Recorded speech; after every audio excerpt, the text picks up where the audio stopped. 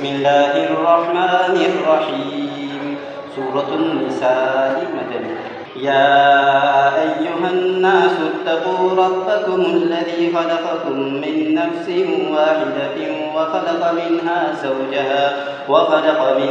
زوجها وبث منهما رجالا كثيرا ونساء واتقوا الله الذي تساءلون به والأرحام إن الله كان عليكم رقيبا.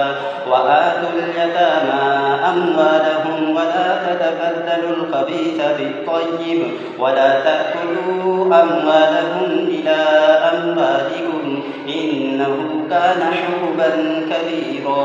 وإن خفتم ألا تقسطوا في اليتامى فانكحوا ما طاب لكم من النساء مثنى وثلاث ورباع فإن خفتم ألا تعدلوا فواحدة أو ما ملكت أيمانكم ذلك أدنى ألا تعولوا. وآتوا النساء صدقاتهن نحلة فإن طبن لكم عن شيء منه نفسا فكلوه هنيئا مريئا.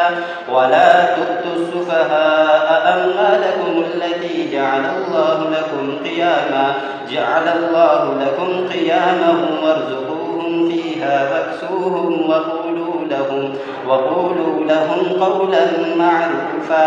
وابتلوا اليتامى حتى إذا بلغوا النكاح فإن آنستم منهم رشدا فادفعوا إليهم أموالهم ولا تأكلوها إسرافا وبدارا أن يكبروا. ومن كان غنيا فليستعفف ومن كان فقيرا فليأكل بالمعروف. فإذا دفعتم إليهم أموالهم فأشهدوا عليهم وكفى بالله حسيبا.